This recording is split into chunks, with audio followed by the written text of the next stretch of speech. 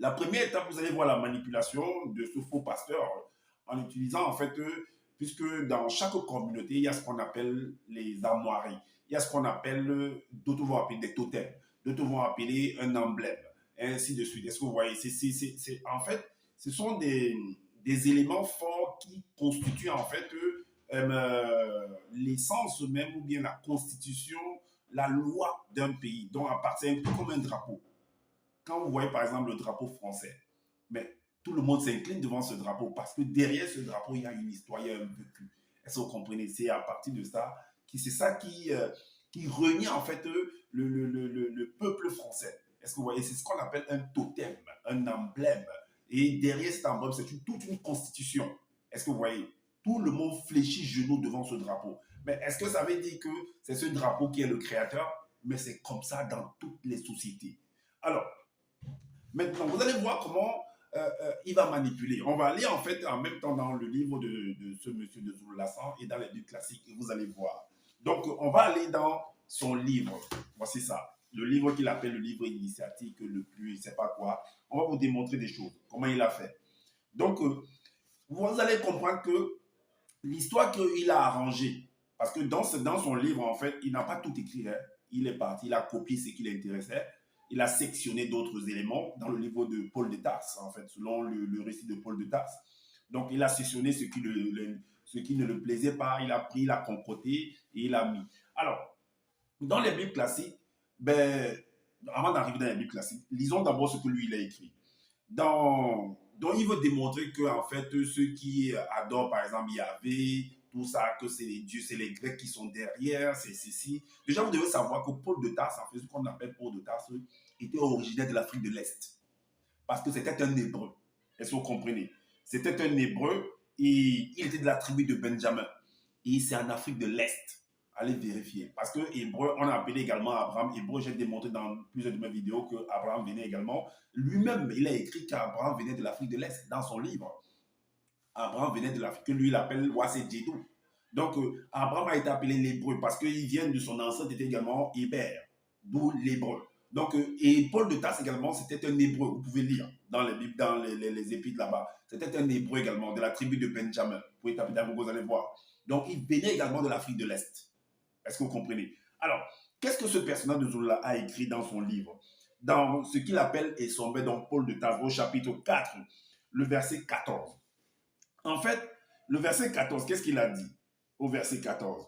En fait, dans ce récit de chapitre 4 là, on parle de, il dit que Paul de Tarse s'est déplacé en Afrique de l'Ouest,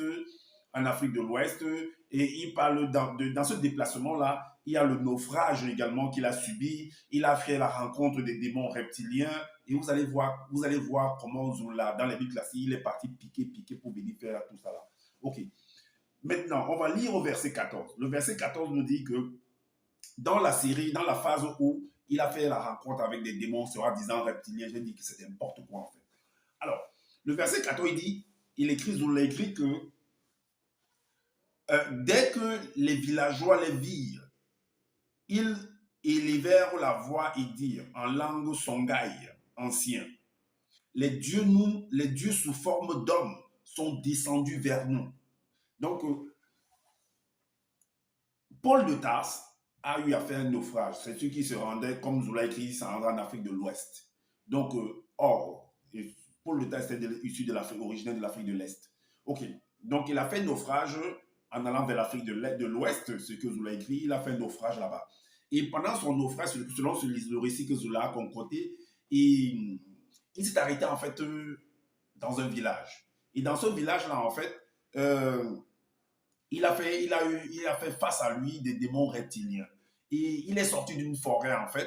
Et apparemment, cette forêt-là, selon le village-là, personne ne pouvait aller à l'intérieur de cette forêt-là. Et la personne qui avait pu entrer dans cette forêt-là ne pouvait pas ressortir. Parce que c'était une forêt, soi-disant, selon Zola, une forêt mystérieuse, mystique, et ainsi de suite. C'est du n'importe quoi, en fait. C'est du n'importe quoi. Alors, donc, c'est pourquoi il a dit au verset 4, dès que les villageois les virent, ils élevèrent la voix et dirent en langue songhai, les dieux sous forme d'hommes sont descendus vers nous. On savait que c'était étonnant pour eux de voir que des hommes comme eux puissent sortir dedans. Ça veut dire s'ils ont réussi à sortir, mais ça brise le mythe. Normalement, ça doit briser le mythe qui dit que la forêt là est mystérieuse, que si l'on entre là-bas, il ne peut plus se ressortir parce que, soi-disant, il y a des démons, il y a des esprits bizarres là. Mais ceux-là, s'ils ont pu sortir, c'est quand ils voient ces gens-là, ils disent que, mais attends, c'est derrière. C'est un peu comme en Amazonie, là-bas, quand ceux qui vivent en Amazonie ou bien les pygmées, quand ils voient, par exemple, des étrangers arriver, ils disent, mais ceux-ci, ils viennent d'où? Que c'est ils ont leur jargon, ils ont leur ils ont en fait une façon d'appeler ces genres de personnes là parce que ceux-là ne sont pas dans leur environnement en fait, donc ils vont dire que non, ce sont des dieux. Bon, on peut utiliser notre terme, hein, est-ce que vous comprenez? Voilà, que ça ne doit pas vous embrouiller en fait. Alors on va voir où Zola est parti copier en fait ce récit du verset 14 qu'on vient de lire. On va aller dans Acte 28, dans les Bibles classiques, hein, dans Acte chapitre 28, le verset 1 à 6. Vous allez voir l'histoire. Donc ici, le titre c'est 3 mois dans l'île de Malte, arrivé à Rome. Est-ce que vous comprenez? 3 mois dans l'île de Malte, arrivé à Rome. Voici ce qu'il est dit. Après nous être sauvés, nous reconnûmes que l'île s'appelait Malte. Donc, la Lune a plutôt écrit qu'ils partaient en Afrique de l'Ouest. Est-ce que vous voyez comment ils changent les choses?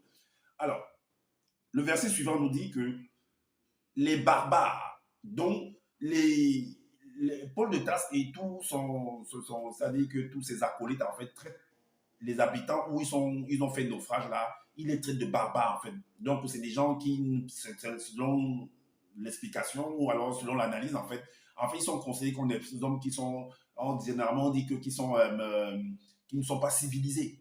Est-ce que vous comprenez? Pourtant, ils sont civilisés. Est-ce que vous comprenez? Alors, les barbares nous témoignèrent une bienveillance peu commune. Ils nous recueillirent tous auprès d'un grand feu. Est-ce que vous comprenez? Auprès d'un grand feu. Alors, auprès d'un grand feu qu'ils avaient allumé parce que la pluie tombait et qu'il faisait grand froid. Est-ce que vous comprenez? Qu'il faisait grand froid là-bas. Alors, Paul ayant ramassé un tas de broussailles et l'ayant mis au feu, une vipère, voilà pourquoi Zola écrit en fait en petit titre les démons reptiliens. Est-ce que vous comprenez? La manipulation. Alors, une vipère en sortit par l'effet de la chaleur et s'attacha à sa main. Quand les barbares virent l'animal suspendu à sa main, ils se dirent les uns aux autres, assurément cet homme est un meurtrier, puisque la justice n'a pas voulu le laisser vivre après qu'il a été sauvé de la mer. Vous voyez en fait la façon dont les gens de ce village, de cet environnement-là, comment eux ils peuvent penser. Est-ce que vous comprenez donc par rapport à la scène qui s'est produite, qu'ils ont vécu également, si cela n'a pas pu... en fait, ils considèrent que si le serpent, quand le serpent est sur ta main et que ça te mord, ça ne réussit pas à te mordre, ou bien sûr, tu t'en sorti, ça veut, pour eux, ça veut dire que voilà ce qu'on vient de lire là. Alors, la suite dit quoi? Paul secoua l'animal dans le feu et ne ressentit aucun mal. Ces gens s'attendaient à le voir enfler ou tomber mort subitement, mais après avoir longtemps attendu, voyant qu'il ne lui arrivait aucun mal, ils changèrent d'avis et dirent que c'était un Dieu. Est-ce que vous comprenez que c'était un Dieu? Alors, quand on revient en fait dans le récit en fait du chapitre 4 en fait dans le livre de ce monsieur, si vous lisez bien, c'est que donc j'ai lu le verset 14, mais si on lit à partir du verset 7 en fait, il est dit ici dans le livre de Zola, j'ai lu le verset 14, mais revenons en arrière en lisant le titre, c'est les démons reptiliens. Le verset 7 nous dit: soudain le vent se mit à souffler très fort, des bruits, des rires et des cris étranges se mit à retentir en provenance de la forêt. Et là, des démons reptiliens leur apparurent. Il s'agissait des démons hybrides monstrueuses dont les cheveux étaient des serpents entrelacés. Elles avaient chacune des visages de vieilles femmes blanches d'une laideur, donc toujours en train d'accuser les blanches. Alors, repoussantes, leur apparence depuis les reins jusqu'en bas était semblable au corps d'un gros serpent boa. Vous voyez? Donc, il a pris l'histoire d'un serpent parce que Paul de Taille était en train de faire le feu parce qu'il faisait froid et qu'il pleuvait pour se réchauffer et que dans le bois qu'il avait récupéré, en fait, donc il y avait un serpent qui était là, il s'est collé à sa main, il a secoué, c'est tombé sur le feu là-bas et tout et tout. Donc, voilà comment Zoula a transformé ça, en fait. Vous avez vu comment il a transformé cette histoire. Alors, ceux qui étaient avec Paul de Tarse poussaient des cris de peur. Mais Paul de Tarse leur dit, ne craignez rien, restez en place car les entités qui sont avec nous sont plus nombreuses et plus puissantes que celles-là. Est-ce que vous comprenez? Le lendemain, ils sont et Paul de Tarse s'est arrivé. Donc, voilà l'histoire en fait. Vous voyez que c'est similaire, c'est la même chose. C'est là-bas qu'il est parti copier, sauf qu'il a transformé ça en prenant d'autres versets pour venir concocter en fait l'histoire. Afin de faire croire que, ben voilà, qu'il est, il ne sait pas qu'est-ce qu'il raconte là. Ok, on va dans le chapitre 4. On va lire le verset 16 et le verset 17. Donc, nous sommes là à vous montrer où il est parti piquer en fait ces éléments-là pour venir écrire. En sectionnant, en copiant, en collant et en sectionnant d'autres choses. Alors, le verset 16 de ce chapitre 4, qu'est-ce qu'il dit? Il dit que le chef spirituel, donc après avoir, donc quand ils sont arrivés au village et tout, ils ont vu ça, ils ont pris Paul de Taille et ses compagnons comme des dieux, tout ça et tout et tout. Et ils vont réaliser en fait certaines choses là-bas. Et avant de sortir de là, on va en fait leur donner certaines prisons. Mais regardez ce que Zola lui a écrit. Zola a écrit que le chef spirituel de ce village et les villageois, donc quand il écrit le chef spirituel, en fait, c'est le responsable du clan. Est-ce que vous comprenez? C'est ce qu'il appelle chef spirituel. Alors, et les villageois n'avaient pas encore, bon, ça n'engage que lui, n'avaient pas encore connu le métissage, en fait. Alors, et amenèrent devant la cour des moutons, des chèvres et des coqs, afin d'offrir un sacrifice à Paul de Tarse et à ses compagnons. Le verset 17 nous dit, Paul de Tarse et ses compagnons se précipitèrent vers la foule en criant, « Mes frères, pourquoi faites-vous cela? Nous aussi, nous sommes des hommes de la même race que vous. Et nous sommes là pour vous annoncer la bonne nouvelle libératrice du Créateur de notre ancêtre commun. » Voilà ce qu'il a écrit. Ok, on va aller maintenant dans les Bibles classiques pour voir où il a piqué ça afin de venir écrit comme ça. On va voir le récit. Alors, on va aller en fait dans Acte 28 toujours, à partir du verset 7 jusqu'au verset 10. Alors, la suite dit quoi? Il y avait dans les environs des terres appartenant au principal personnage de l'île. Donc, où ils sont, et ben, Paul de Tarse et ses compagnons ont échoué en fait. Ils ont fait une voie, ils sont restés dans un village.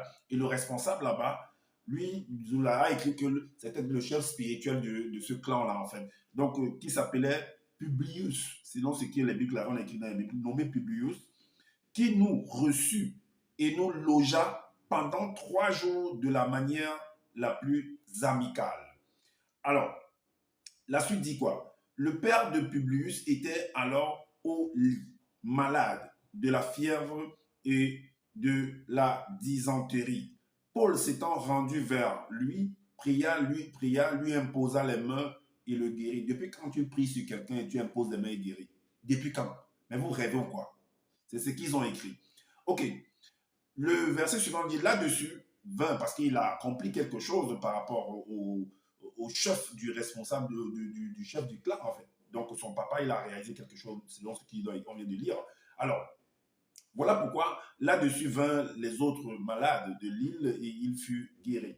Alors, maintenant, au verset 10, on dit, on nous rendit de grands honneurs et à notre départ, on nous fournit les choses dont nous avions besoin. Zola est venu écrire qu'on a apporté les coqs, les moutons pour faire le sacrifice. Pourtant, les gars, avant de quitter le village, le clan, là où ils avaient échoué, on les a donné le nécessaire pour pouvoir continuer leur chemin.